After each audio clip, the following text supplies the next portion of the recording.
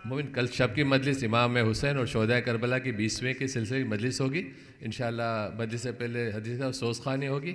9 बजे ठीक मौलाना साहब ज़ेबिमर होंगे और बाद में मातम और न्यास का अज़मा में कल इंशाअल्लाह। और परसों से कल मौलाना साहब की आखिरी मजलिस होगी और परसों से इंशाअल्लाह बुखारी साहब, असद रज़ा बुखारी साहब खिताब फरमाएंगे। बर मोहम्मद वाले मोहम्मद सलवात।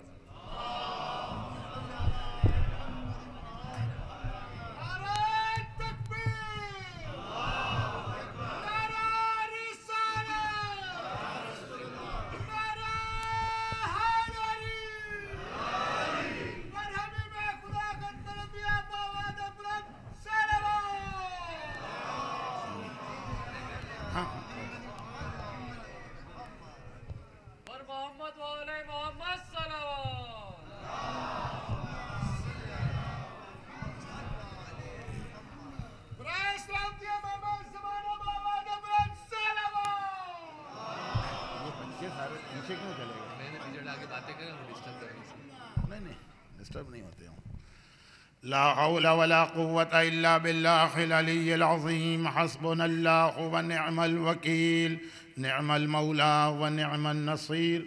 व अऊज़ु बिल्लाहि मिनश शैतानिर लईनिर रजीम। बिस्मिल्लाहिर रहमानिर रहीम। अल्हम्दुलिल्लाहि रब्बिल आलमीन व हुवल मलिकुल हक़्क़ुल मुबीन।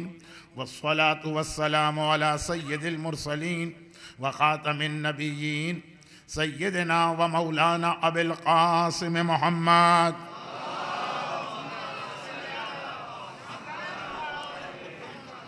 व आलिहि व इतरतिहि व अहले बैतिहि तय्यबीन त्वाहिरीन अल-मासूमीन अल-मज़लूमीन अल-मुंतजबीन अल-मयामीन अल-मुकर्रमीन सिय्यमा अल-इमाम अल-मुंतज़र वल हुज्जत अस-सानी अशर अज्जलिल्लाहुम्मा लहुल फ़रज वलानतुल्लाहि अला अअदाइहिम अजमईन। अम्मा बादु फ़क़द क़ाल अल्लाहु अज़्ज़ा व जल्ल फ़ी किताबिहिल मुबीन। बिस्मिल्लाहिर रहमानिर रहीम। वमन यत्तक़िल्लाह यजअल लहु मख़रजन व यरज़ुक़हु मिन हैसु ला यहतसिब इला अन क़ाल क़द जअलल्लाहु लिकुल्लि शैइन क़दरा। सलावत।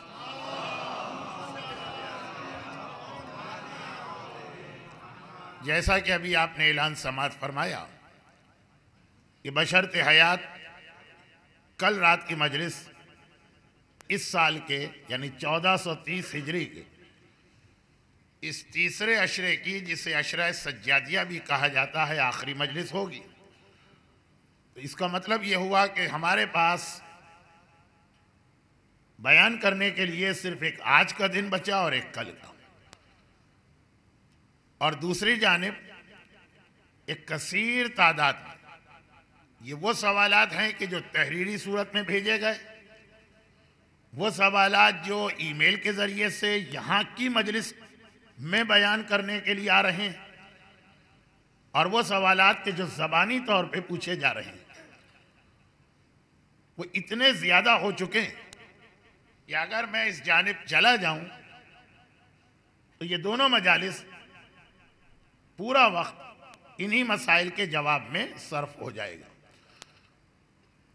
और दूसरी जानिब इस मुख्तसर से क़याम के दौरान सवाल व जवाब के मर्दों की एक नशिस्त हुई थी जो तकरीबन 4 साढ़े 4 बल्कि शायद 5 घंटे हुई थी। कल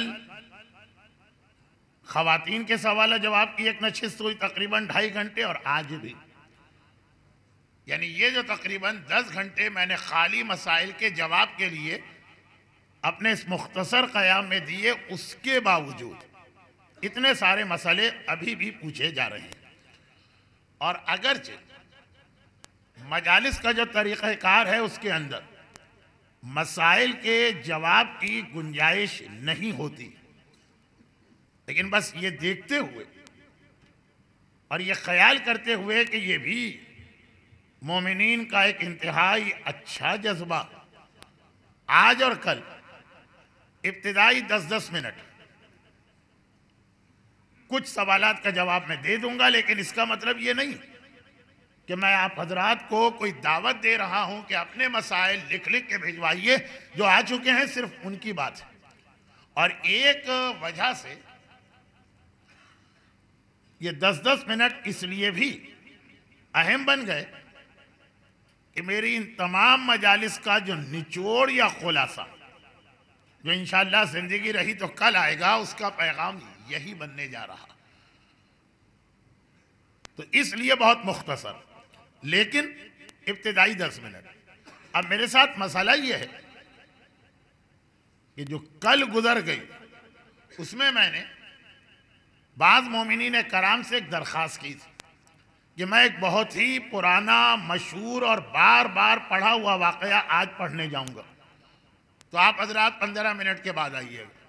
और जब वो 15 मिनट के बाद आएंगे तो पता चला कि वो वाक़या अब शुरू हो रहा, और कोई इस वक्त मेरे पास ऐसा जरिया नहीं है कि मैं उन तक ये पैगाम पहुंचा दूं कि आज आप 30 मिनट के बाद आइएगा।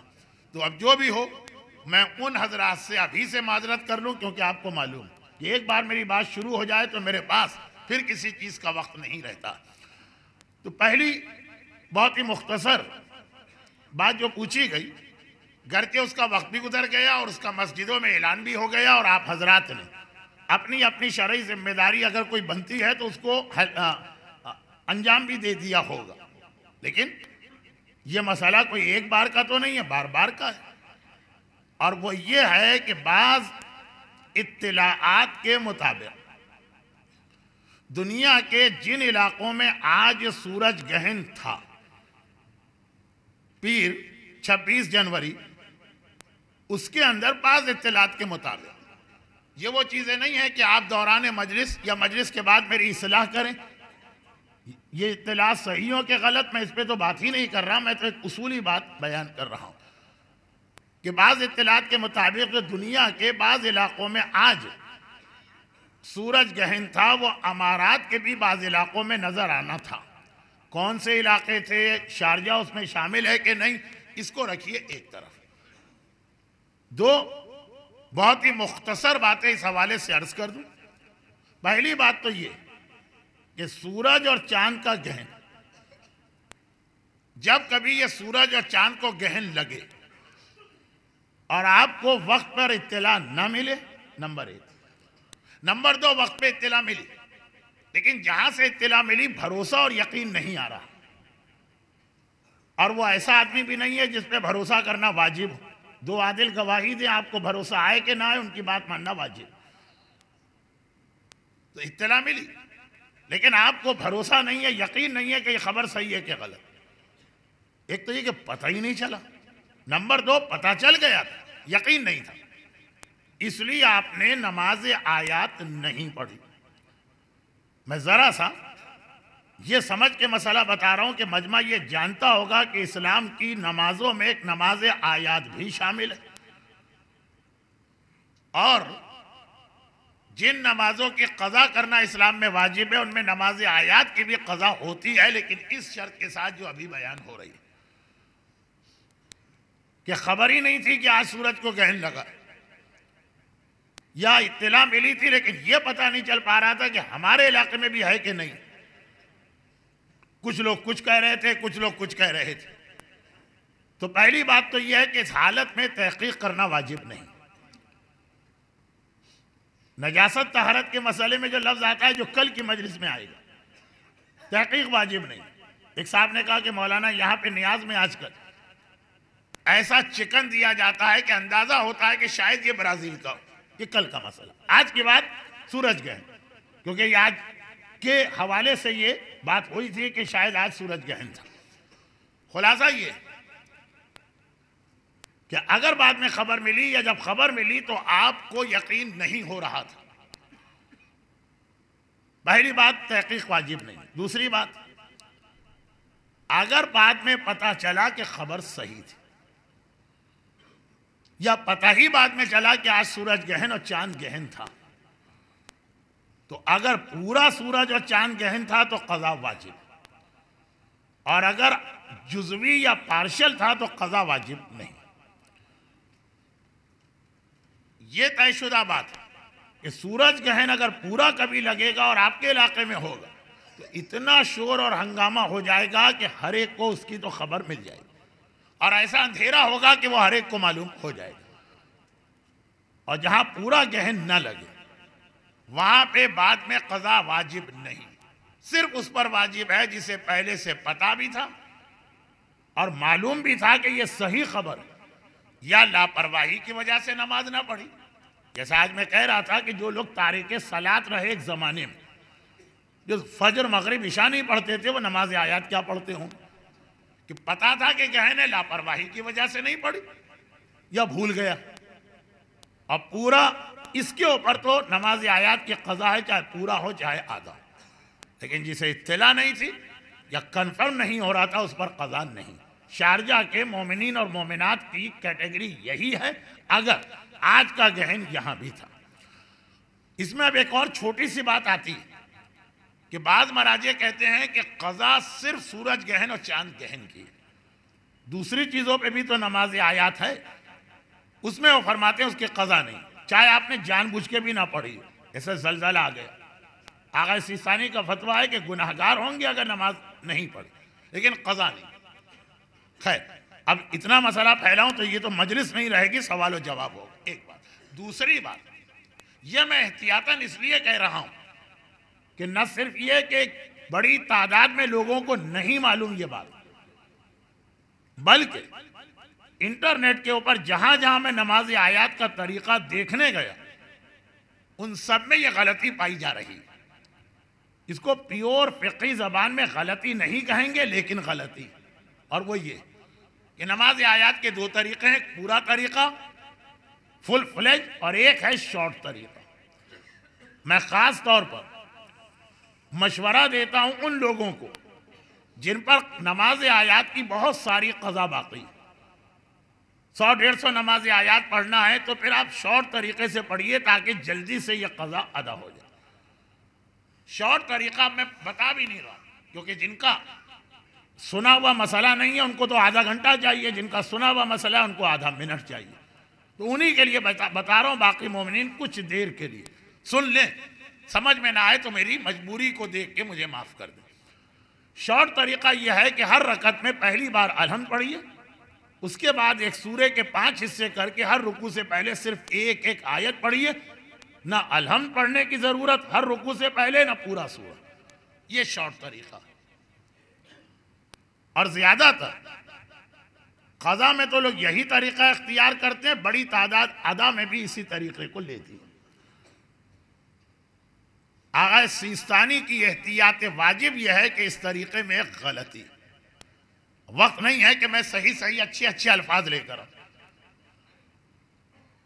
अब एक सूरे के 5 हिस्से करना है, 99.9% मराजे भी कहते हैं वो 5 इस तरह होंगे कि कुल हुवल्लाह का सूरा लिया, बिस्मिल्लाहिर्रहमानिर्रहीम पहला हिस्सा, रुकू में गए, कुल हुवल्लाहु अहद दूसरी आयत दूसरा रुकू, अल्लाहु समद तीसरी आयत तीसरा रुकू, लम यलिद वलम यूलद चौथी आयत चौथा रुकू, वलम यकुल लहू कुफुवन अहद पांचवी आयत पांचवा रुकू।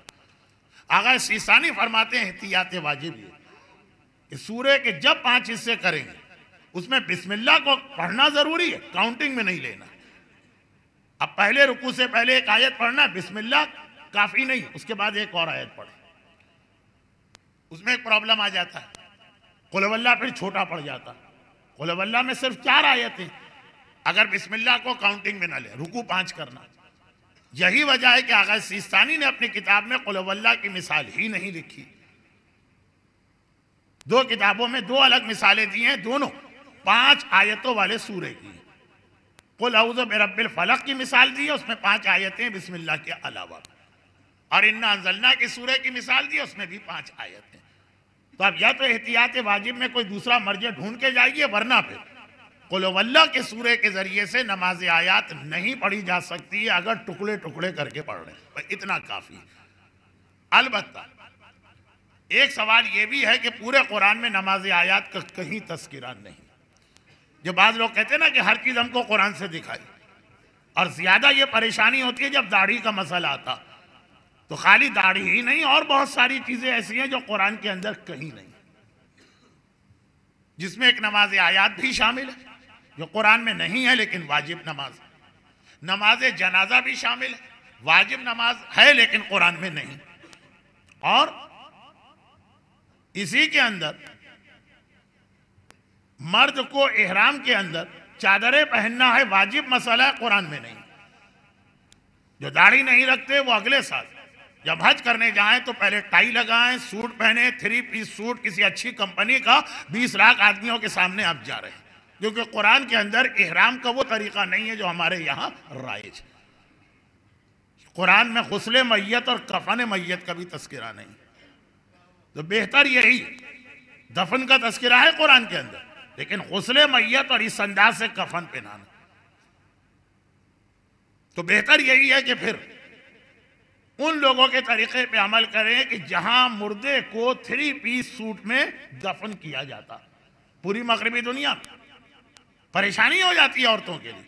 औरत जब मरती है ना तो उसके लिए पहले तो उसको उसके वही स्कर्ट वगैरह पहनाना, मैचिंग का पर्स ढूंढना है, मैचिंग की सैंडल ढूंढना है, मैचिंग के मोजे ढूंढना।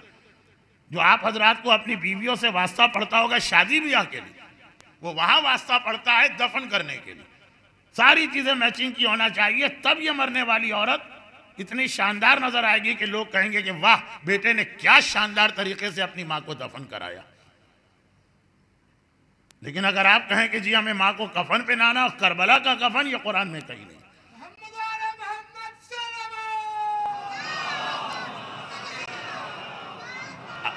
अब जो बात मैंने अभी कही ये मसाइल नहीं है, ये तो एक तकरीर का उन्वान है कि कुरान कायनात की वो काबिल एहतराम किताब जिसके तहफ़्फ़ुज़ के लिए मैदान करबला में आका हुसैन ने अपनी जान दी,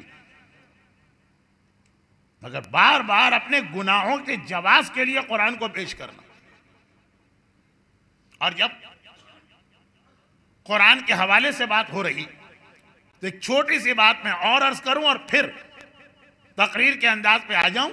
और चूंकि मुझसे आज एक गलती हो गई, जो मैंने 15 मिनट मोमिनीन को रोका था और वो मोमिनीन अब आने लगे, यानी मेरा अंदाजा है, मैं नहीं कह सकता, लेकिन 9:15 बजे जो मजमा आई 9:02 पे नहीं थे, तो वो शायद इसीलिए आए हों। तो गलती हो गई। अब आज जो 15 मिनट मुझे बताना था ये मैं कल बताऊंगा, वो छोड़ दिया, वो बात मैंने उस बात का तस्करा छोड़ दिया। एक मुख्तसर बात कि कुरान करीम के ऊपर बार बार जो एक सवाल किया जाता है फलां चीज कुरान में है कि नहीं।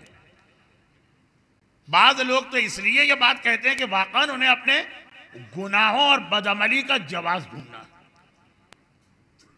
क्योंकि दूसरी चीजें जो कुरान में है उस पर कौन से लोग अमल कर रहे हैं।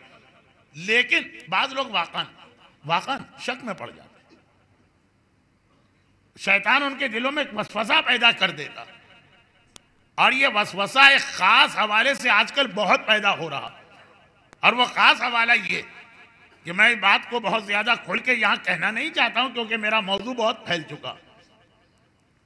मरजइयत जो इस्लाम और शीयत के तहफ़्फ़ुज़ का एक बहुत बड़ा सबब और जरिया, उस पर दिलों में शक और वसवास पैदा करने के लिए ये बात बार बार कही जाती कि इनके फतवे जो हैं अपनी जाती राय से होते हैं। कुरान में कहाँ लिखा हुआ है जिस पे ये फतवा दे रहे हैं। तो बाज़ औक़ात आदमी अपने गुनाहों को जस्टिफाई करने के लिए कुरान का नाम लाता, और बाज़ औक़ात शैतान का एक तरीका है जहनों में शक और वसवसा पैदा करने का। अब यहाँ पे मैं एक जुमला इसलिए भी कह दूं कि मेरा तरीक़ाकार है कि जिन उलमा का हमारी कौम पर एहसान है,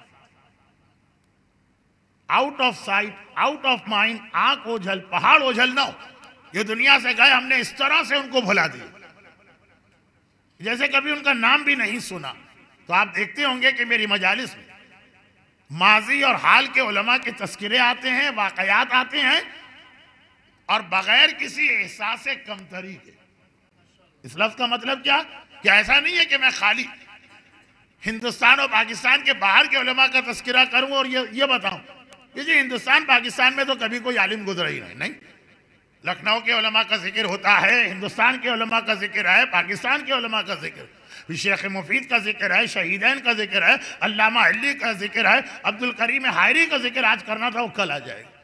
जो लोग आज 15 मिनट मेरे कल के ऐलान की वजह से देर से आए वो कल भी 15 मिनट देर से आए, और जो वैसे ही आने में ताखिर हो गई, ट्रैफिक था और कोई मसला था, तो उनके लिए ये 15 मिनट वाला ऐलान नहीं है। तो खुलासा ये हजरत अल्लामा रशीद तुराबी अल्लाह मकामहू की बेहतरीन मास्टरपीस तकारीर में से एक है यकीन।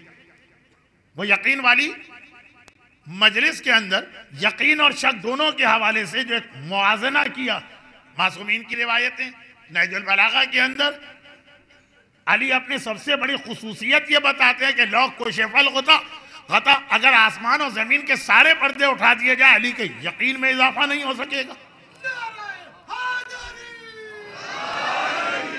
यकीन और शक, पैगंबर इस्लाम का ये फरमाना कि जिस तरह जिस्म की 6 हालतें उस तरह रूह की भी 6 हालतें, और उनमें से जिस तरह जिस्म सोता है रूह भी सोती। जिस्म का सोना नींद है, रूह का सोना गफलत, गाफिल, होश ही नहीं है कि दुनिया में क्या हो रहा और हमारे साथ कब्र में क्या होने वाला। जिस तरह से सोने वाला आदमी, उसको उठाने के लिए अलार्म लगाया जाता है, चीखा जाता है, कंधा हिलाया जाता है, उसी तरह रूह को जगाने के लिए घर में कफन रखा जाता है, अपनी कब्र पहले से खरीद के उसकी जियारत की जाती है और बहुत सारी चीजें।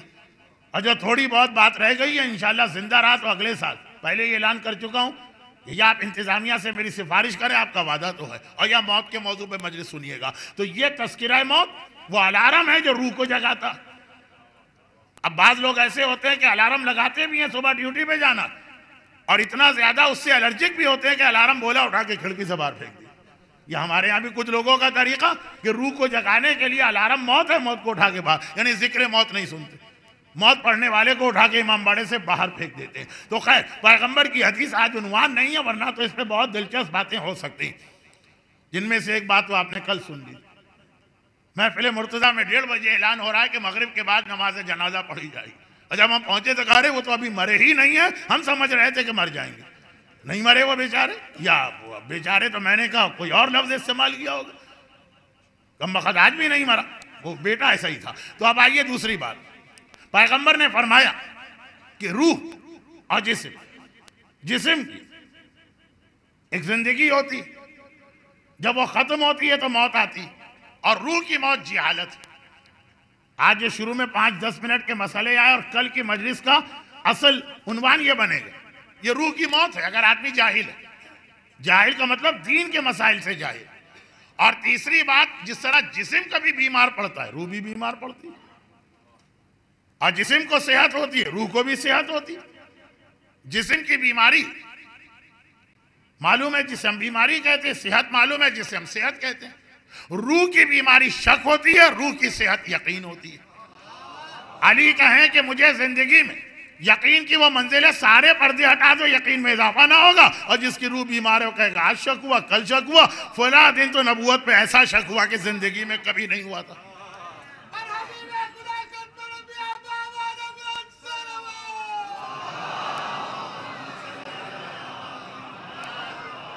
अब ये शक जो है, ये शक एक ऐसा मसला और मरहला कि अकीदे में हो जाए तो आदमी को लानती बना देता, और अमल में हो जाए तो मुत्तकी और परहेजगार को फासिक बना देता। और शैतान का ये बेहतरीन तरीका, जब कोई आदमी किसी तरीके से शक से नहीं रुकता, दीन से नहीं रुकता है, तो उसके दिलों में शक पैदा करता। अब मैं अकीदे के शक पे नहीं जा रहा हूं, जो मेरा अपना मौजू रहता है फुरूए दीन, उस पर आ रहा हूं। आप नमाज पढ़ रहे बेशुमार शक पैदा करेगा, इतने आप आजिज आ जाएंगे कि नमाज छूट जाएगी। आप हज करने जा रहे, इतने शक पैदा करेगा कि आप हज छोड़ छाड़ के आ जाएंगे। आप खाना खाने जा रहे हैं, ये नजीस है, पाक है, हिंदू है, मुसलमान है, गोश्त ब्राजील का है कि वतनी का गोश्त है, इतना शक पैदा करेगा कि आप बाहर खाना खाना छोड़ दो। होटलों की बात नहीं हो रही है, वहां ना खाएं तो अच्छा, आपका बजट कंट्रोल होगा।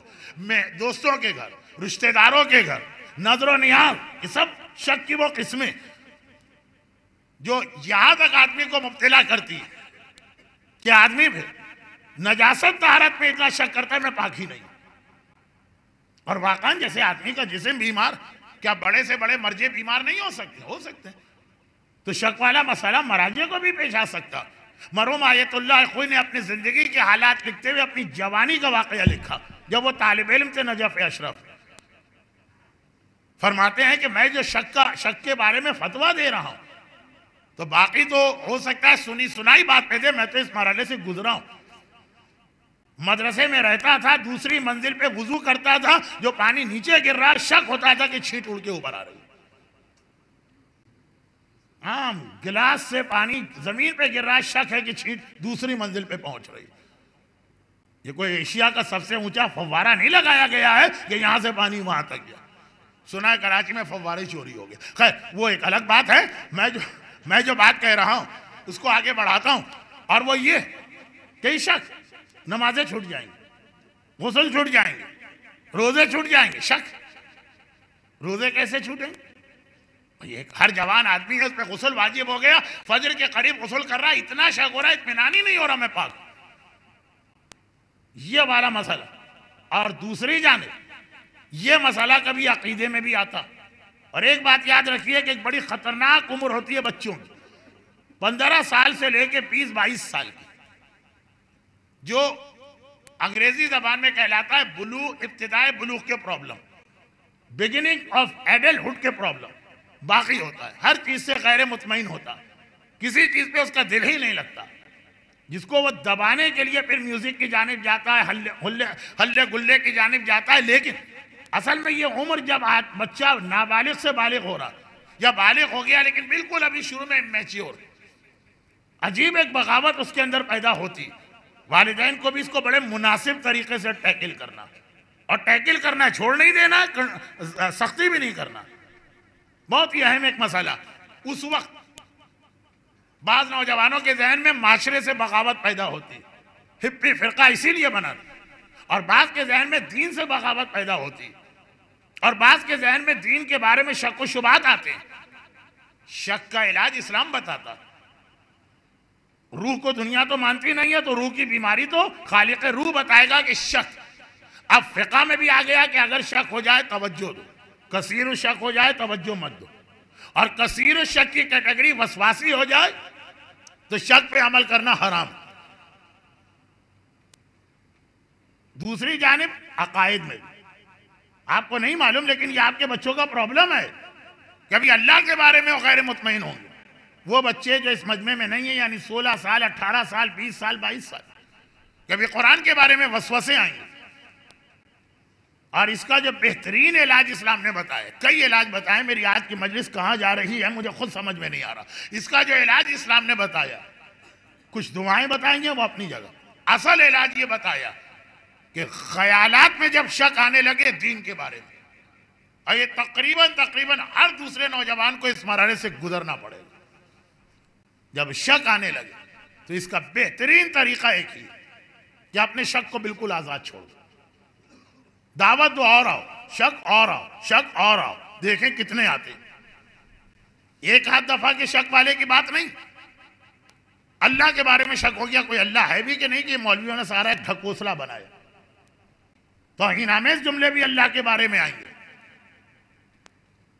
खुद सोच रहा है तो हराम, शैतान दिल में ख्याल पैदा कर रहा है तो एक नेचुरल बात। पूछा गया पता हमको कैसे चले कि शैतान वाला है कि हमारा? कहा तुम्हारा जाती ख्याल है, ख्याल आएगा तुम्हें उस पर तकलीफ नहीं होगी, लेकिन अपने जहन में ख्याल आया और हमको खुद तकलीफ हो रही है कि ख्याल क्यों आया, इसका मतलब यह है कि हमारा वाला ख्याल नहीं है, शैतान हमें वसवसे में मुब्तला कर रहा। और इसकी कितनी मिसालें अमल में भी है। नमाज हम पढ़ रहे हैं, रियाकारी हराम, दिल में ख्याल आ रहा है कि नमाज पढ़े लोग देखें, हमारे कंट्रोल से बाहर निकल गया, रियाकारी आ रही, क्या नमाज बातिल है? कहा अगर तुम्हारे दिल में ख्याल आया कि लोग देखें और इस ख्याल पे तुम खुश हो तो यह रियाकारी है और नमाज टूट गई। तुम्हारे दिल में ख्याल आया लोग देखें और तुम खुद इस ख्याल से अजियत महसूस कर रहे हो कि ख्याल आ क्यों रहा है मेरे दिल में, तुम्हारी नमाज परफेक्ट नमाज है। बहुत अहम फर्क है ये पहचानना कि आदमी का शक उसका जाती शक है कि शैतान वाला। तो खैर जिस पर अजियत महसूस हो समझ लो शैतान वाला, और उसका बेहतरीन इलाज एक ही, आने दो और आने दो। जितना रोकोगे उतना शैतान को और मौका मिलेगा तुम्हें दबाने का।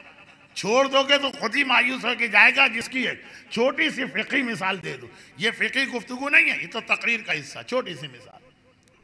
रोजे के आलम में थूक पीना जायज है कि जायज नहीं? अब वो मसाला एक तरफ रखिए, शरन जायज, लेकिन मसाला ये कि बाद लोग इसको भी रोजा टूटने का जरिया समझते। तो इधर मुंह में थूक आया उन्होंने फौरन थूक दी, उधर मुंह में थूक आया उन्होंने फौरन थूक दी। थूक खत्म ही नहीं होता, हैरान हो जाते हैं कि कितनी बड़ी थूक बनाने की फैक्ट्री हमारे जिस्म में लगी है कि इतना थूक चुके हैं, 10-12 बाल्टियां भर दी और थूक आ रहा और थूक आ रहा और आ रहा। ये कनेक्शन कहाँ से मिला है? ये कोई पाइपलाइन तो आके नहीं मिल गई मेरे गले से। परेशान होते। उसूल यही, जितना थूकेंगे और थूक आएगी। और शरीयत के मसले पे अमल करने के थूक से रोजा नहीं टूटता। थूक आ रहा है पीते रहिए, थूक आ रहा है पीते रहिए, थूक आ रहा है पीते रहिए, 3 मरतबा आएगा, चौथी मरतबा खुद ही गायब हो जाएगा। आप खुद हैरान हो गए कहाँ गया वो थूक। कल तो बाल्टियां भर गई थी, आज 3 दफा के बाद गायब हो गया। 3 दफा के बाद। तो वो ये तरीका जो है अमल में भी है, अमल करके देख लीजिए। और यही अकीदे में भी आने दे ख्याल। हत्ता बाद बड़े बेहुदा ख्याल आते हैं, नऊज़ बिल्लाह मिन ज़ालिक। कुछ ख्याल रसूल के बारे में ऐसे आते हैं कि आदमी का दिल चाहता खुदकुशी कर लूं। आने दे, आने दे। क्योंकि अगर ख्याल आ रहा है कि बुरा ख्याल आ रहा है, दैट मीन्स ये आपकी तरफ से नहीं है, ये शैतान की तरफ से। और उसका एक ही हाल है, उसे रोकने की कोशिश ना करें। आने दें, वो खुद ही गायब हो जाएंगे। ये उन नौजवानों के लिए मेरा मशवरा जो इस मरहले से गुजर रहे हैं और उनके बुजुर्ग ये बात नहीं समझ पा रहे। एक नौजवानों का एक मसला, जैसे 2 दिन पहले मैं अर्ज किया था कि शादी नौजवानों का एक मसला बुजुर्ग नहीं समझ पाते। अब वो तो हो गए बूढ़े, वो तो हो गए ठंडे, उनके लिए तो कोई मसला ही नहीं। शादी हो भी तो बेकार है और ना भी हो तब भी बेकार। जो हो चुकी है उस शादी को कौन सा वो इस्तेमाल कर रहे हैं बुढ़ापे की वजह से। तो उनको ये अंदाजा नहीं है कि अब हमारा बेटा जवान हो गया, अब उसके तकाजे हमसे अलग है। बेटा तो बेटा, बेटी भी जवान हो गई। मिंबर पे इससे बढ़ के मैं कोई बेहुदा बात कहना नहीं चाहता हूं, तकाजे हैं उनके। तो मैंने जुमला कहा था ना कि जब भूख बढ़ती है तो स्ट्रीट क्राइम बढ़ जाते हैं, पेट में रोटी नहीं है, फिर आदमी हलाल हराम को भूल जाता। वही शादी के हवाले से कहा था। तो नौजवानों के मसाइल पर भी हमको गौर करना। हमारा मिंबर सिर्फ एक तरफा नहीं है कि ये ना करो ये ना करो, ये भी देखना है कि कर क्यों रहा और उसका क्या इलाज इस्लाम ने बताया।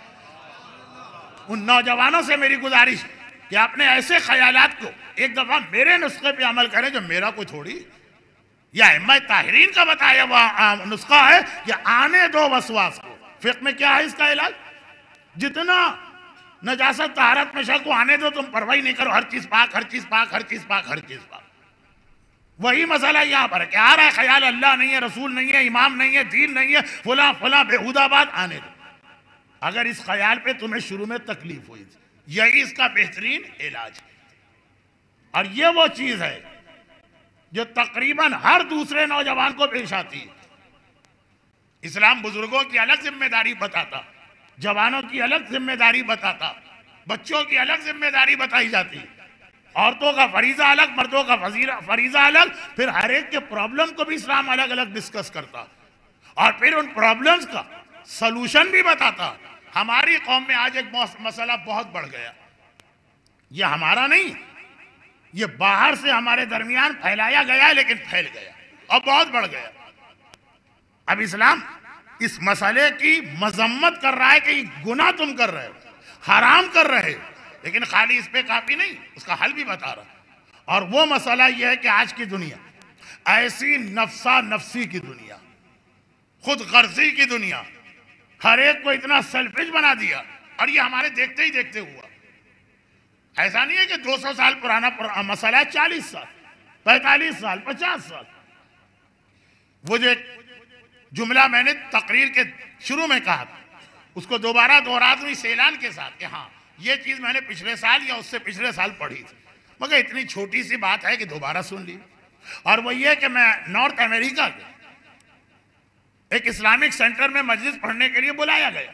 वाकया है, मिसाल नहीं है, मैं बुलाया गया और वहीं ठहरा हुआ हूं। और उस मस्जिद में या उस सेंटर में, नॉर्थ अमेरिका के सेंटर्स या यूरोप के भी मस्जिद होती है, इमाम बाड़ा होता है, स्पोर्ट्स का कमरा होता है, लेडीज के फंक्शन के कमरे होते हैं, नौजवानों के लिए अलग जगह होती है। जितनी जमीन मिले, जितने फंड्स हों, मल्टीपर्पज सेंटर बनाए जाते हैं। क्योंकि आप में से तकरीबन हर आदमी का कोई ना कोई रिश्तेदार वहां है और आधा मजमा वहां होके भी आया है, तो मैं आपका टाइम वेस्ट नहीं कर रहा। तो मैं बैठा हुआ था वहां के रेसिडेंस आलिम के पास। इमाम जमात को वहां पे रेसिडेंस आलिम कहते हैं। और एक मर्तबा उनके पास एक फोन आया और फोन पे जो गुफ्तगू हो रही वो साफ सुनाई दे रही। जैसे बहुत से लोगों की तो वैसे आदत भी है चीख चीख के बोलने की, मीना के मैदान में मैं जा रहा था, शैतान को कंकर मारने एक साहब के पास फोन आया कि तुम्हारे यहाँ बेटा हुआ, मुबारक हो। उन्होंने कहा मौलाना पता बेटा हुआ? मैंने कहा मुझे क्या बता रहे, आधा मीना सुन चुका है, इतने चीख चीख के आप बोल रहे थे। तो खैर खुलासा यह है कि वो आवाज बहुत साफ था, ये फुला फुला इस्लामिक सेंटर है। मौलाना ने कहा ये वही, यहाँ सारे अमाल शिया फिक़ह के मुताबिक होते हैं, फिक़ह जाफरी? जी हाँ होते हैं। फरमाइए। कहा कि मेरा एक प्रॉब्लम आ गया। आपको पता है कि आज से स्कूल की हॉलीडेज शुरू हुई हैं, स्कूल की छुट्टियां। अमेरिका में हर चीज बहुत पहले प्लान की जाती है। वही कल्चर आया था कि अभी आदमी जिंदा है, उसकी नमाज जनाजा पहले से प्लान कर दी गई। जो कल आपने पूरा वाकया सुन लिया, जो कल नहीं थे वो जरा चकरा रहे होंगे, लेकिन कल बात आ गई। तो अब अमेरिका में हर चीज बहुत पहले से प्लान है। इनका ये कहना था कि आज से मेरे बच्चों के स्कूल की छुट्टियां शुरू हुई।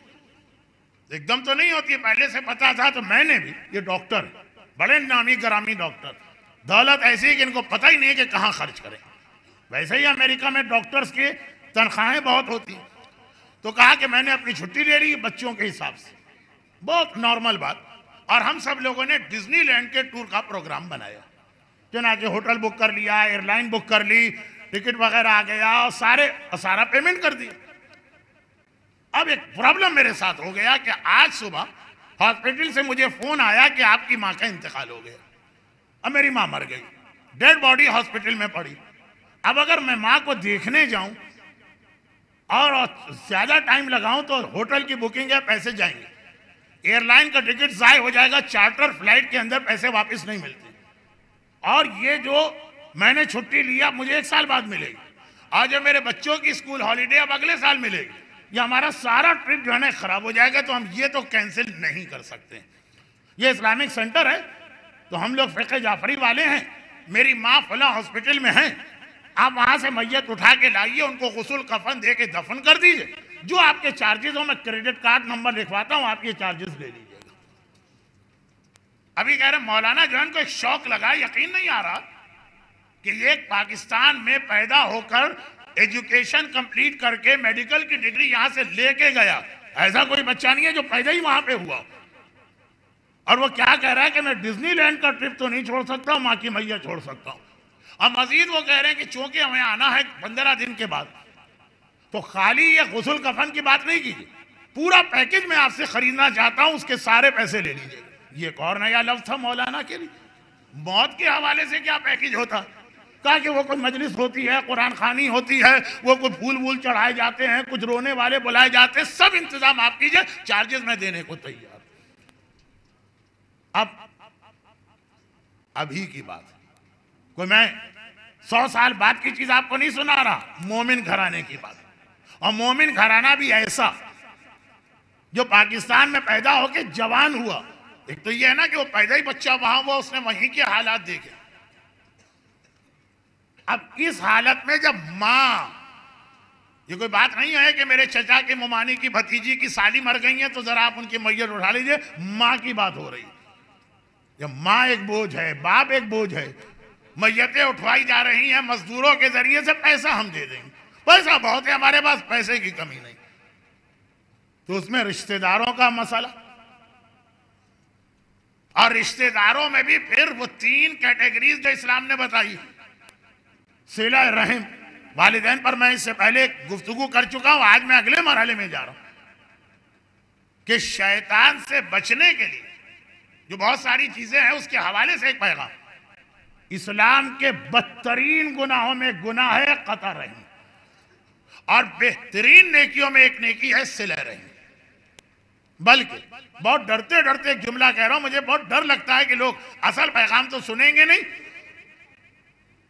दूसरी बात को ले उड़ेंगे और उससे नाजायज फायदा उठाएंगे, जिसे अंग्रेजी में कहते हैं एडवांटेज लेना।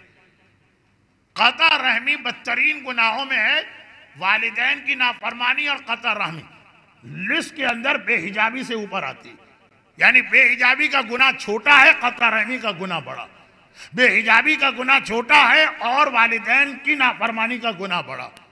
गाने बजाने का गुनाह छोटा। अब ये लफ्ज मैं किस तरह से कह रहा हूं कि मुझसे पूछिए, क्या मेरे दिल पे कयामत गुजर रही है जो जिंदगी भर इन गुनाहों की खराबी बता रहा। लेकिन ये छोटे का मतलब ये नहीं कि बहुत छोटा, इतना छोटा भी नहीं जो कराची में मैकेनिक काम करते हैं, भाई छोटे आना जरा पाना उठाना, इतना छोटा भी नहीं है। ये है गुनाहाने कबीरा के अंदर।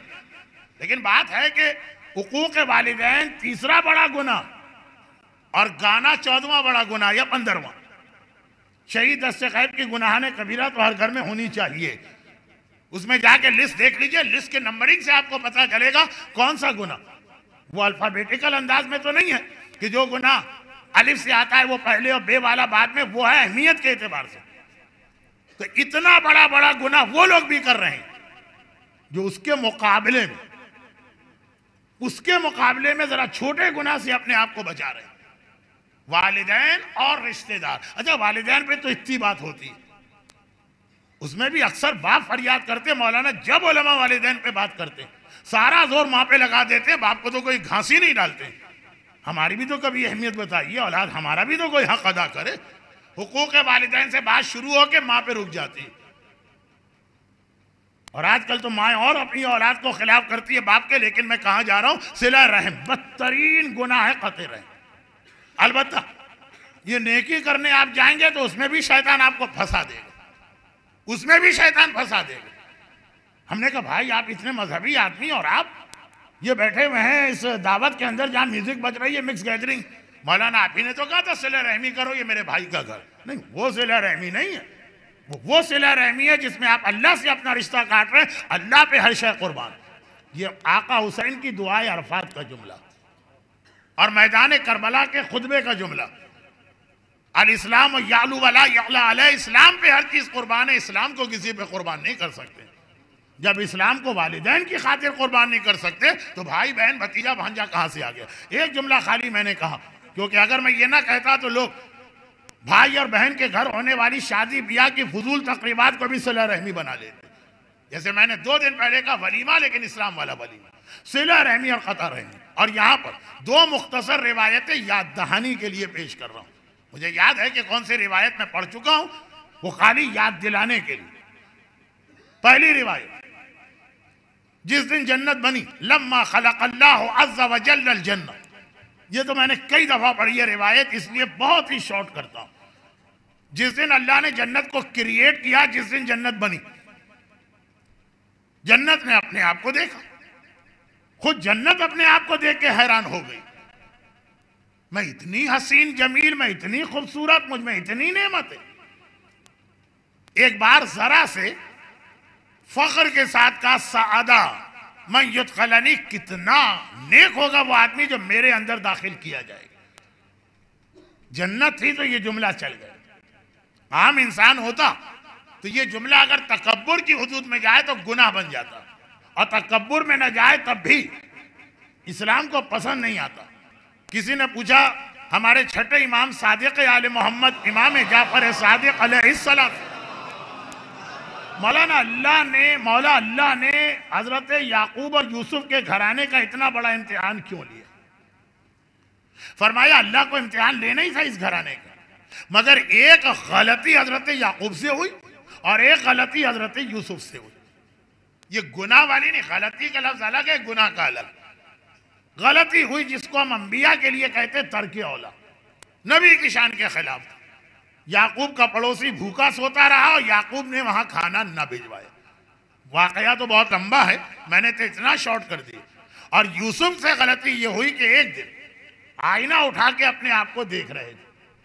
मोमिन की निशानियों में एक निशानी कि उसके पास एक आईना भी होता है, उसके पास एक कंघा भी होता है। यानी मोमिन अपने आप को बना संवार के रखता, लेकिन आईने में अपने आप को देखा, अपने हुस्नो जमाल को देख के यूसुफ मुस्कुरा दी और कहा मैं इतना हैंडसम और इतना खूबसूरत, अगर कभी मैं गुलाम होता तो ऐसे गुलाम को तो लोग मिलियन और बिलियन दे के खरीदते। बस एक जुमला कहा जो शायद एक बच्चे की जबान पे तो चल जाए, एक नौजवान की जबान से भी बर्दाश्त हो जाए, एक नबी की जबान। गुनाह नहीं है, बुरी नीयत नहीं है, खराबी नहीं, मगर नबी की शान के खिलाफ। तो खुदा ने यूसुफ को गुलाम बनाया और कुरान कहता है कि बाजार गुफा में यूसुफ का कोई खरीदार नहीं था। कुरान यही कहता है, कोई खरीदने वाला, एक दरम पे खरीदने वाला नहीं जो अपने आप को मिलियनर समझ रहे। अलबत्ता ये यूसुफ के लिए हमारे ऐसे जुमले चल जाते हैं, नहीं आना चाहिए जबान पे, आ जाए तो अल्लाह नजरअंदाज कर देता। अच्छा, अब ये बात जरा सी फैल जाती है, मैं खुद परेशान होता हूँ। जन्नत ने देखा, कहा कितना अच्छा होगा जिसको मैं मिलूं, वह इधर कहा उधर खुदा ने वो लफ्ज इस्तेमाल किया जो हदीस किस्सा में आया या यहाँ आया, वह इज्जती व जलाली, मेरी इज्जत की कसम, मेरे जलाल की कसम, सारी दुनिया तेरे अंदर आ सकती है, 8 आदमियों का दाखिला मना। जिस दिन जन्नत बनी उस दिन बोर्ड लग गया, नो एंट्री फॉर इट, इन 8 के लिए कोई एंट्री नहीं। पहले दिन कहा और आम ऐलान नहीं है, इज्जत की कसम खा के कहा, जलाल की कसम खा के कहा, या अहले बैत के रुतबे को समझाया इज्जत और जलाल की कसम से, और यह इस गुनाह की खराबी को बताया। और वो 8 आदमी जिनके लिए अल्लाह की जन्नत पहले दिन से बंद हो गई, वला कातिया रहीम, और उन 8 में कहा शराबी नहीं आएगा और रिश्तेदार से ताल्लुक तोड़ने वाला नहीं आएगा। शराबी कितना बड़ा गुनाह हमारे यहाँ, काते रहम कितना मामूली गुनाह हमारे यहाँ। अब वो वालिदैन की बात नहीं है, वालिदैन फिर भी लोगों को याद रहते हैं, चचा मामू, उनकी औलाद, औलाद की औलाद, खाला फूफी, औलाद की औलाद, वो जो इस्लाम मीरास में जिनको हक दिलवाता। एक हदीस कते रहम की, एक हदीस सिले रहम की, इससे ज्यादा मैं इस मौजू पे बात नहीं करना चाहता हूं, लेकिन इतनी बात भी इसलिए कह रहा हूं ताकि फिर समझ में आए कि ये नेकी है क्या। अल्लाह के रसूल से पूछा गया, जो लोग सिर्फ आज आए हैं उनसे कुछ बातों की माजरत, कुछ हदीसें, कुछ हदीसें, बहुत बड़ी इबादत आपने अंजाम दी, कुछ हदीसें जो इनकम्प्लीट चल रही, उनको आखिरी मजलिसों में मुकम्मल करना। तो जो लोग आज ही आए हैं, और ऐसे बहुत कम होंगे, कल तो मैं सोच सकता हूं आने वाले कल, क्योंकि बहरहाल 20वें की मजलिस, फिर भी एहतियातन एक जुमला मैंने कहा। रसूल से पूछा गया, या रसूल अल्लाह, इस बदतरीन, मकरू तरीन, गंदी और बदबूदार, सड़े हुए कुत्ते से हकीर दुनिया में आपको कोई चीज पसंद भी है कि सब चीजें बुरी?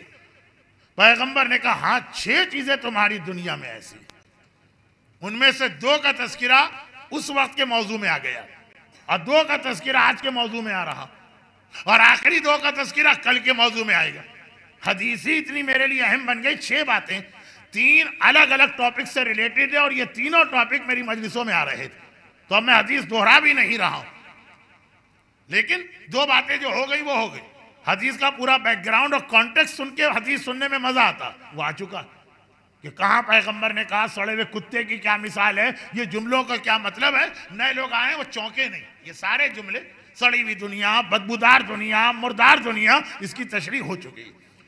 6 चीजें, 2 कतरे, उन्हीं का बयान हुआ, लेकिन उससे पहले, उसके बाद नहीं, उससे पहले रसूल ने कहा, और 2 कदम, 2 कदम ऐसे हैं इस दुनिया में जो मुझे इतने पसंद कि उसकी खातिर मैं इस सड़ी हुई बदबूदार घिनौनी दुनिया के अंदर भी रह रहा हूं, और ये मुझे पसंद आ रही, उन 2 कदम की वजह से।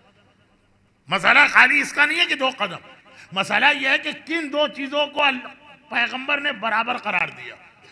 फरमाया, पहला कदम जो अजान के बाद नमाज के लिए मुसल्ले की जानिब जाता, नमाज की फजीलत तो छोड़िए, सिर्फ जो कदम उठा के आप जा रहे हैं, ये कदम इतना कीमती है कि इसकी खातिर रसूल इस सड़ी हुई दुनिया को कबूल कर रहे हैं।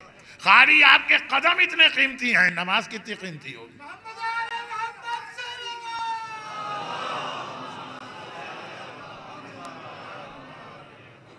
पहली चीज नमाज। अब नमाज की इतनी फजीलत है, देखिए मोमिन को जोश आया, उन्होंने नारा हैदरी लगा, इसलिए कि नमाज सुन्नत हैदरी, सुन्नत हैदर करार है नमाज, मामूली बात इसको ना समझिएगा। और मकसद हुसैन है नमाज, करबला में इसी नमाज को बचाया, अशहदु अन्नका कद अक़मतस सलात। वाक़ई नारा हैदरी लगे तो इस नमाज पे लगना चाहिए जो लगा दिया एक मोमिन ने।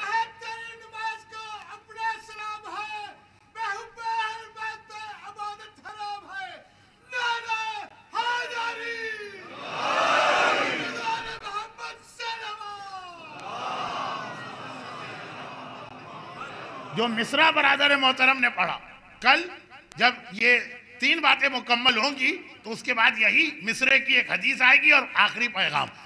थोड़ी मुबहम बात मैंने कह दी, रोक दीजिए। तो खुलासा ये कि नमाज, और दूसरा कदम जो अल्लाह की खुशी की खातिर किसी रिश्तेदार से मुलाकात के लिए मोमिन उठाता। आपके ये कदम जो आप चल के रिश्तेदार के घर जा रहे हैं, अपने फायदे के लिए जाएं, वो भी बहुत बड़ी इबादत है, लेकिन उसका वो सवाब नहीं। जो अल्लाह की खुशी की खातिर आप भाई के घर गए, अल्लाह की खुशी की खातिर आप भांजे के घर गए, अल्लाह की खुशी की खातिर आप चचाजाद भाई के घर गए, औरत है तो हिजाब के साथ, बार बार कहना पड़ता है वरना बात कहीं और चली जाए। कजिन ना महरम है, भतीजा भांजा महरम, लेकिन मसला यह कि कदम इतना कीमती है जो अल्लाह की खुशी की खातिर। ये मैं इसलिए कह रहा हूं कि बाद रिश्तेदार वाकई इतने बदतरीन होते हैं, सारी जिंदगी हमें असियत दी, सारी जिंदगी सताया, हमारा हक मार के बैठ गए, बाप की मीरास से हमें महरूम कर दिया, दिल ही नहीं चाहता वहां जाने का। वहां जाएंगे तो सिर्फ अल्लाह के लिए जाएंगे। वो रिश्तेदार जो बड़ा अच्छा है, खुश अखलाक है, केक मंगवाता है, पेस्ट्री मंगवाता है, हमारे बच्चों के लिए पिज्जा का ऑर्डर देता है, उसके घर जाएंगे तो पता नहीं अल्लाह के लिए जा रहे हैं कि ये चीजों के लिए जा रहे हैं। लेकिन जो गाली देता है, बुरा कहता है, हमारा हक मार के बैठ जाता है, उसके हम जा रहे हैं तो सिर्फ अल्लाह के लिए, और क्या उसके अंदर खुसूसियत। ये कदम इतना कीमती।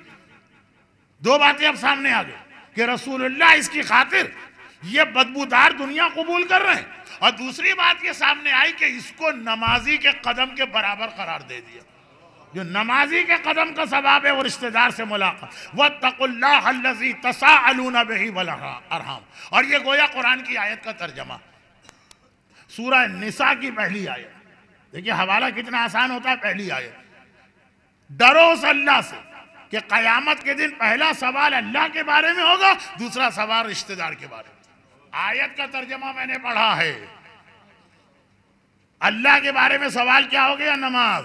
रिश्तेदार के बारे में सवाल क्या हो गया? सिला रहमी। यही हदीस के दो जुमले कुरान की आयत की तफसीर बनी। इतनी अजीम इबादत, मगर इसका एक और बहुत बड़ा फायदा, और वो फायदा यह है कि बाबुल हवाई इमाम मूसी काज़िम अलैहिस्सलातु वस्सलाम, मुझे नहीं लगा कि मैंने सातवें इमाम के मानने वालों के दरमियान उनका नाम लिया।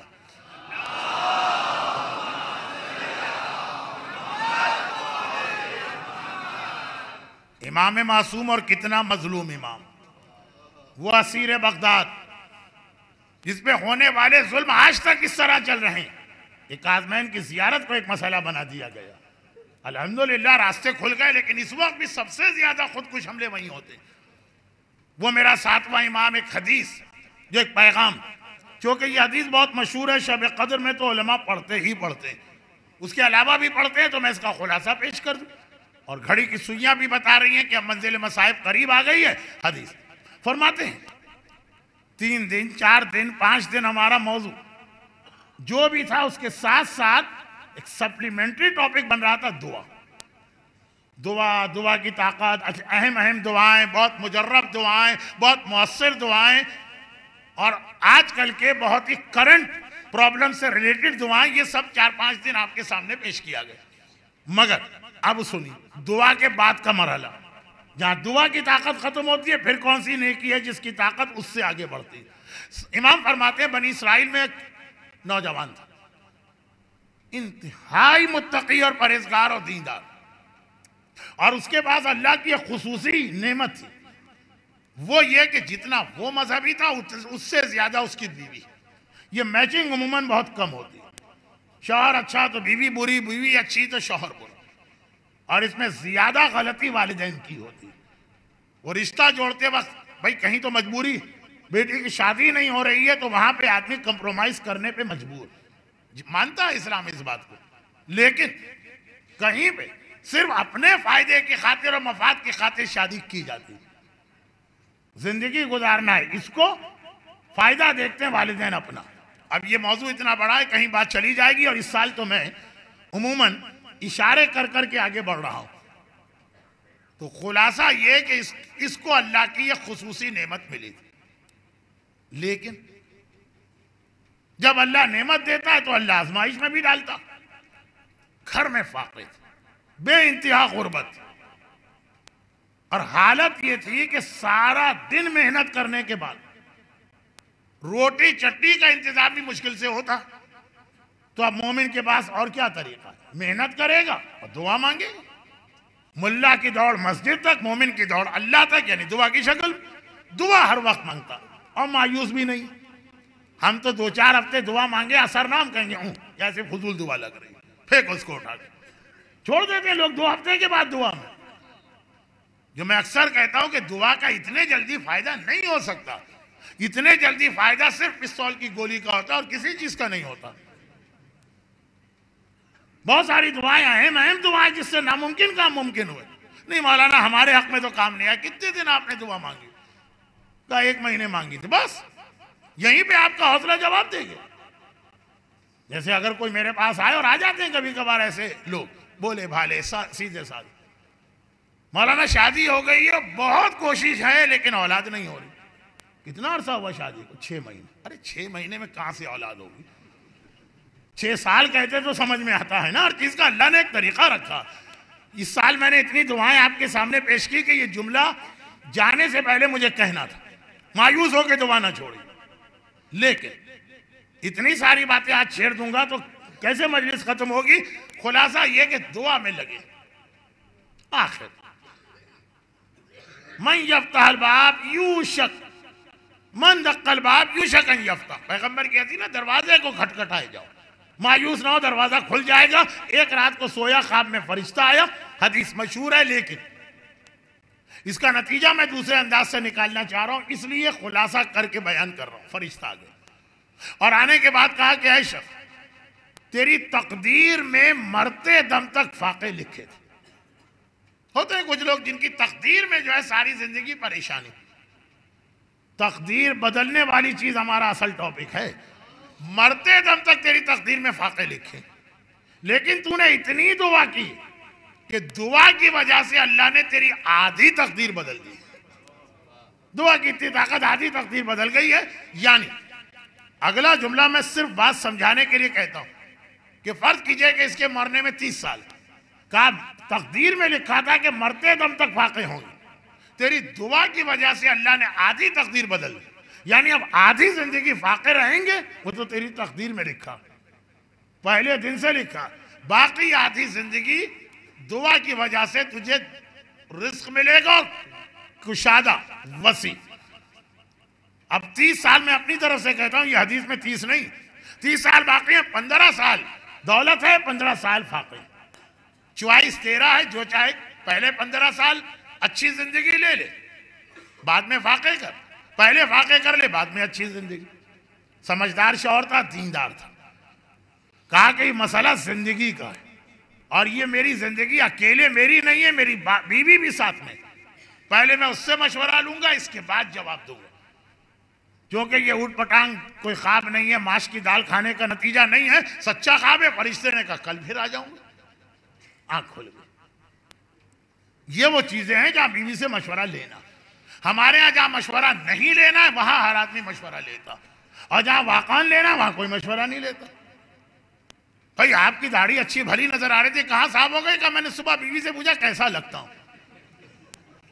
उसने कहा अरे छोड़ो, चेहरा तक देखने को दिल नहीं चाहता। मौलाना बीवी कह रही है, देखो मशवरे की जगह थी। अच्छा खैर, अब यह है कि बात बहुत मैं फैला सकता हूं, लेकिन वक्त नहीं। 2-4 लतीफे, 2-4 मेरे अपने सामने जो लोगों के वाकयात हैं। तो बीवी से मशवरा लेना है, जिंदगी उसके साथ गुजारना। सारा दिन शौहर बीवी डिस्कस करते रहे, क्योंकि मसला आसान नहीं। कभी दिल ये कहता दौलत अभी ले लो, दौलत का मजा जवानी में। बुढ़ापे में दौलत आई तो किस काम किया? ना कोई चीज आप खा सकते। बड़े अच्छे अच्छे खाने लाए, लेकिन मरीज है, ये नहीं खा सकेंगे, इसमें शुगर है, वो नहीं खा सकेंगे, उसमें नमक है, वो नहीं खा सकेंगे, उसमें सैचुरेटेड फैट है, ये छोड़ो वो छोड़ो, खाली देख सकते। और इसी तरह पहनने का भी मजा नहीं। जरा अच्छा जोड़ा पहन के बूढ़ी औरत निकली, किसी ने आवाज लगाई बूढ़ी घोड़ी लाल लगाऊं। क्योंकि असल रात जो है ना गम की 20वें की कल है, इसलिए मैं इतनी बात आज कर रहा हूं, कल नहीं। कल बिल्कुल एहतराम है, शब करना होगा। तो जो चीजों का मजा है, घूमने जा रहे हैं, गए स्विट्जरलैंड घूमने, पहले दिन होटल में बैठे पहुंचे, घुटने जवाब दे गए, आर्थराइटिस है, तकलीफ आ रही है, होटल से नहीं निकल पाए पूरे 15 दिन, क्या घूमेंगे? और बाकी मिसालें देने की क्या जरूरत है? ना फालतू टाइम आपके पास है ना मेरे पास। खुलासा ये कि पैसा उस वक्त आया भी तो क्या फायदा, जब एक खटिया काफी। तो इसलिए अभी ले लो, बाद में गुर्बत। और कभी दिल कहता है नहीं भाई अभी तो हाथ पांव चल रहे हैं, फाके की बर्दाश्त भी है। बुढ़ापे में अगर फाके आ गए तो दवा कहां से आएगी, खिदमत करने वाला नौकर कहां से आएगा, और भूख की भी बर्दाश्त नहीं होती है। बूढ़े आदमी पे तो रोजा भी इस्लाम ने माफ कर दिया। औरत कभी बूढ़ी नहीं होती, ये मसला सुन के हर औरत बूढ़ी होती है। तो खुलासा ये है कि उस वक्त पैसे की जरूरत है जब हम मोहताज होकर बिस्तर पे पड़ेंगे। अभी हाथ पांव चल रहे हैं, कोई मदद करे ना करे, पूरा दिन बहस फैसला। आधी रात को फरिश्ता आया, क्या फैसला किया? कहा फैसला ये किया कि अभी हमको दौलत अभी चाहिए, जवानी में। ठीक, अल्लाह का वादा था, तकदीर बदली गई, अगले दिन से दौलत आई। हुन बरसने लगा, यानी मिट्टी को हाथ लगाए तो सोना बन जाए, छप्पर फाड़ के अल्लाह दौलत दे रहा। बीवी ने शौहर से कहा देखो हमने खुद गुर्बत गुजारी, हमें पता है कि पेट की मार कितनी बुरी होती है, हमें पता है कि आदमी कितना जलील हो जाता है पैसे न होने की वजह। हमारे कितने रिश्तेदार गरीब, हम अपनी दौलत में उनको हिस्सा क्यों ना दें, हम तो उस मरहले से गुजरे हुए हैं। शौहर ने कहा तुमने अच्छी बात कही, हम अपना खर्चा आधा रोक लेंगे, हम तो गुर्बत के आदी रह चुके हैं, नहीं खाएंगे इतना पेट भर के उनको भी देंगे। अच्छा, इनके जहन में वो ख्याल था ही नहीं कि अल्लाह का वादा है तुम्हारा हाथ तो कभी खाली होगा ही नहीं। अब ये जितना दे रहे हैं उससे ज्यादा मिल रहा है। और याद रखिए कि एक तो इसलिए कि अल्लाह का वादा, दूसरा इसलिए कि इमाम का वादा। इमाम कहते हैं कि मैं अल्लाह की कसम खा के जिम्मेदारी लेता हूं, गारंटी लेता हूं कि जो अल्लाह हज पे खर्च करेगा 70 गुना यहां बढ़ के मिलेगा, जो रिश्तेदार पे खर्च करेगा 70,000 गुना बढ़ के यहां मिलेगा।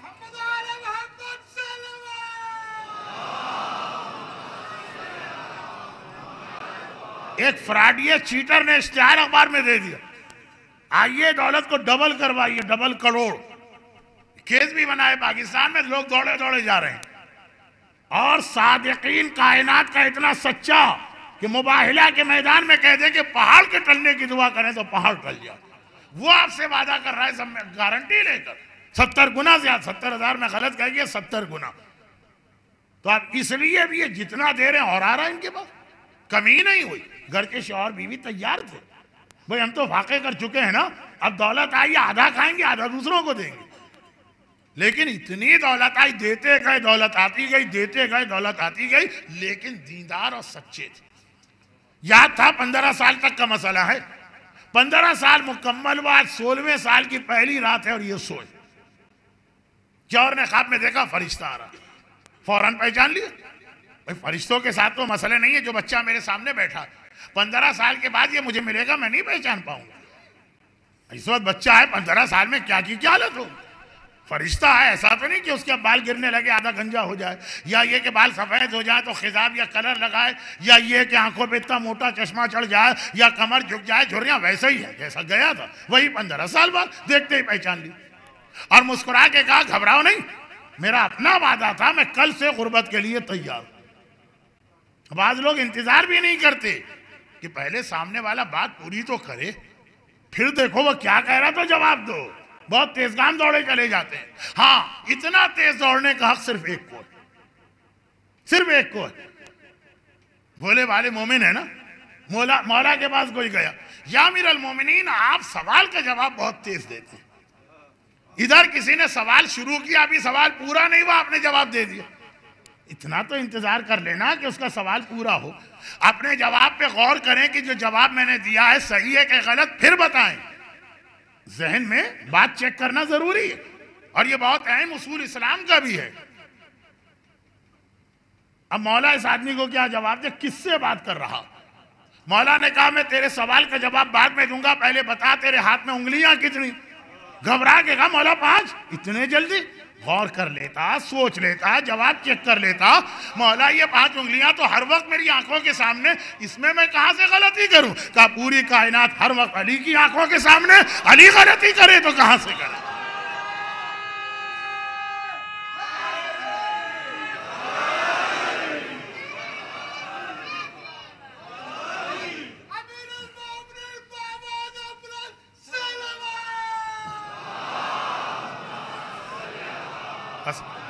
ये अहले बैत की शान है, दूसरे के लिए ये हक नहीं। अगर सच्चा और सही है तब भी गलती कर जाएगा। चुनांचे इस आदमी ने घबरा के कहा कि मुस्कुरा के कि मैं तैयार था, मेरे पास डायरी में नोटिंग थी, मुझे पता है कि आज 15 साल हो गए, कल से गुर्बत के लिए तैयार। फरिश्ता मुस्कुरा दिया, ठहर तो जाओ, इतनी जल्दी किस बात की है? पैगाम खुदा सुनो।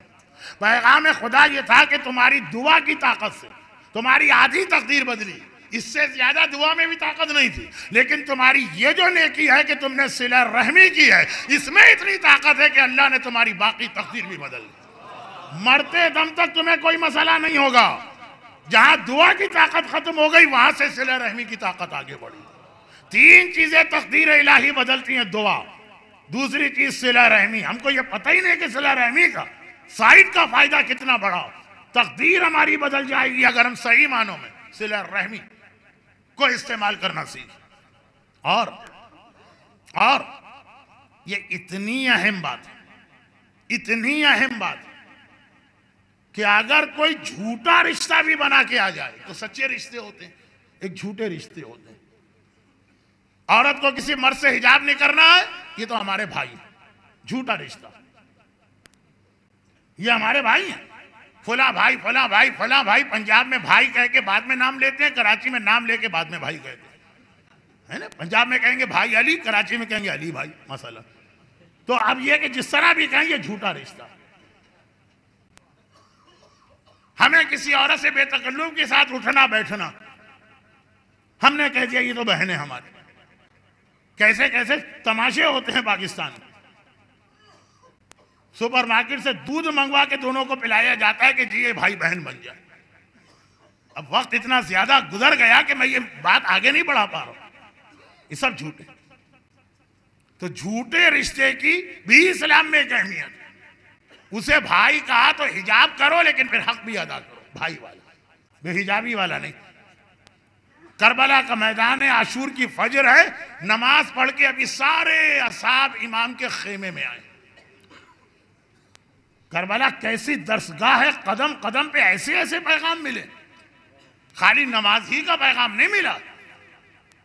एक बार शिम्र आका हुसैन के खेमे के करीब आता और कहता है, कहां है मेरी बहन के बेटे, मेरे भांजे। उम्मुल बनीन को वो इस वक्त बहन करार दे रहा, क्योंकि उम्मुल बनीन के कबीले में सड़क पे पड़ा हुआ शिम्र पला बढ़ा था। कोई इसके हसब नसब का नहीं पता, सड़क पे पड़ा हुआ पाया गया, इसको लाके कबीले वालों ने रैम खा के पाला इसे। अब आगे उस रिश्ते के हवाले से कह रहा है, मेरी बहन के बेटे कहां। और कह भी किससे रहा है?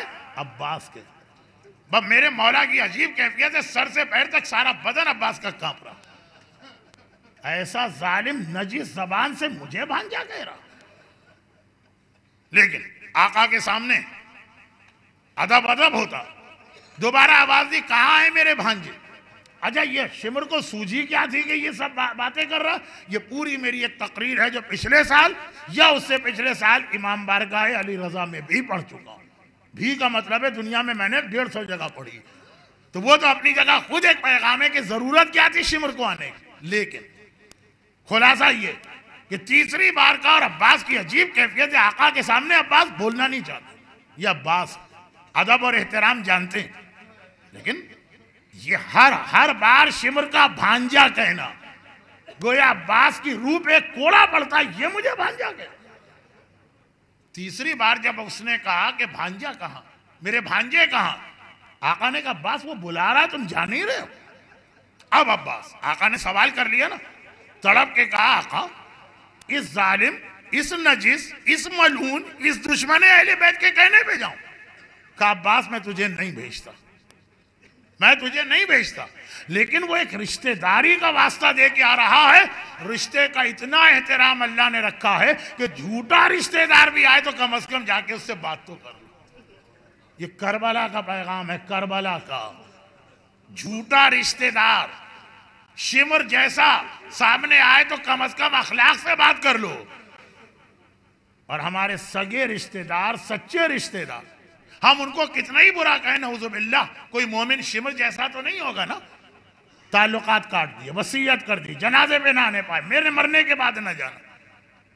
मैदान करबला, अब्बास मैं तुम्हें नहीं रोकता, मैं तुम्हें रोक देता, जाने नहीं देता, लेकिन वो रिश्ता बना के आ रहा।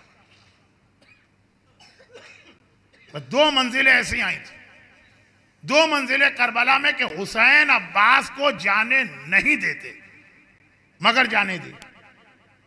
हुसैन अब्बास को नहीं जाने देंगे मैदान या खेमे के बाहर, मगर दो जगह हुसैन का जुमला था, अब्बास मैं नहीं कहता तुमसे, लेकिन क्या करूं, फिर भी कह रहा हूं।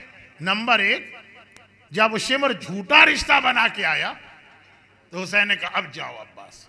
नंबर दो, जब सकीना अब्बास की सिफारिशी बन के आई,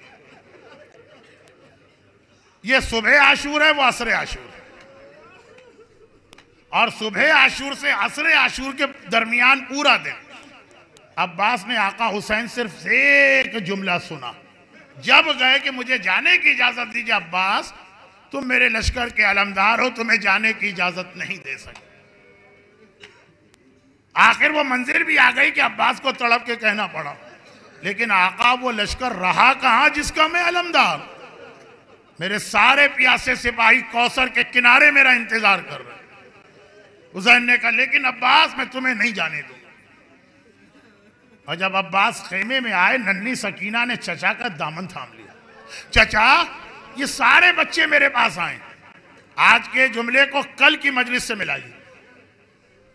उम्मे हबीबा सकीना को देख के कहती है मेरे हक में दुआ कर। वो मुश्किल कुशा की पोती सकीना दुआ कर रही है ना। यहां तो बच्चे आगे जुमला ही ये कह रहे हैं, क्या है सकीना तुम मुश्किल कुशा की पोती हो, हम बहुत प्यासे हैं। प्यास से कलेजा फुनक रहा, कहीं से पानी नहीं आ सकता। सकीना ने कहा चचा मैंने उनसे वादा कर लिया, 3 साल की बच्ची क्या पानी लेके आएगी, लेकिन वादा तेरे सहारे किया, तेरे भरोसे पे किया कि मेरा चचा अब्बास ऐसा है कि वो चाहे तो पानी ला सकता। और आका ने हाथ जोड़ के एक ही जुमला कहा, सकीना बेटी मैं तेरे लिए पानी लाने को तैयार हूं, लेकिन मेरा आका इजाजत नहीं दे रहा। अब आती है एक मंजिल फख्र। सकीना कहती है चचा इतनी सी बात, बाबा ने आज तक मेरी कोई बात टाली नहीं है, आइए मैं चल के बाबा से आपकी सिफारिश करती। अब्बास के दिल की तो गोया कली खिल गई, झुक के सकीना को गोद में उठाया, हुसैन के खेमे में गए। हुसैन इमाम वक्त है, यह मंजर देखा कि अब्बास में समझ गया इस वक्त सकीना को क्यों लाया जा रहा। अब अब्बास में अब नहीं रोकूंगा, सकीना आ गई अब नहीं रोकूंगा। लेकिन सकीना बेटी अभी जिस चचा की सिफारिश कर रही है ना, थोड़ी देर बाद यही चचा बहुत याद आएगा जब रुखसार पे तमाचे लग रहे होंगे, जब कमर पे कोड़े पड़ रहे होंगे, यही चचा बहुत याद आएगा। और यही जुमला, बस आखिरी 2 जुमले, यही जुमला उम्मुल बनीन की फरियाद थी। बादे करबला उम्मुल बनीन ने फरियाद की ना, बेटा अब्बास दुनिया आकर मुझे पुरसा देती है तेरा अब्बास मारा गया। मैं किसी की बात पे यकीन नहीं करती हूं, मैंने तुझे दूध पिलाया है, मैंने तुझे पाला है, मुझे पता है मेरा अब्बास कितना बहादुर है, उसे कोई मार ही नहीं सकता। मुझे यकीन है कि लोग झूठ कह रहे हैं, गलतफहमी हो रही है, लेकिन अब्बास फिर तेरी मां यकीन करती है मेरा अब्बास मारा गया। जब सुनती हूं नन्ही सकीना के तमाचे लगे। अब ये जुमला भी ज़हन में रखिए, जब सुनती हूं उम्मुल बनीन सकीना को करबला से वापसी पे देख नहीं पाई, नन्ही सी बच्ची जिंदान शाम ही में दफन हुई। उम्मे हबीबा ने सकीना के रुखसार पे तमाचों के निशान देखे, उम्मुल बनीन ने सकीना के रुखसार नहीं देखे। जब सुनती हो तमाचे लगे। अब्बास मुझे फिर यकीन है कि तू मारा गया। जब सुनती हूं मेरे इमाम जमाना सैयद सज्जाद के कमर पे कोड़े लगे, मेरा अब्बास जिंदा होता कोई कोड़े नहीं मार सकता था, लेकिन सबसे बढ़कर यकीन कर लेती हूं मेरा अब्बास मारा गया। जब सुनती हूं मेरी शहजादी ज़ैनब की चादर छिन गई, मेरा अब्बास जिंदा होता तो किसमें मजाल थी कि चादर ज़ैनब पे हाथ डाल। अला वलानतुल्लाहि अला अअदाइहिम अजमईन।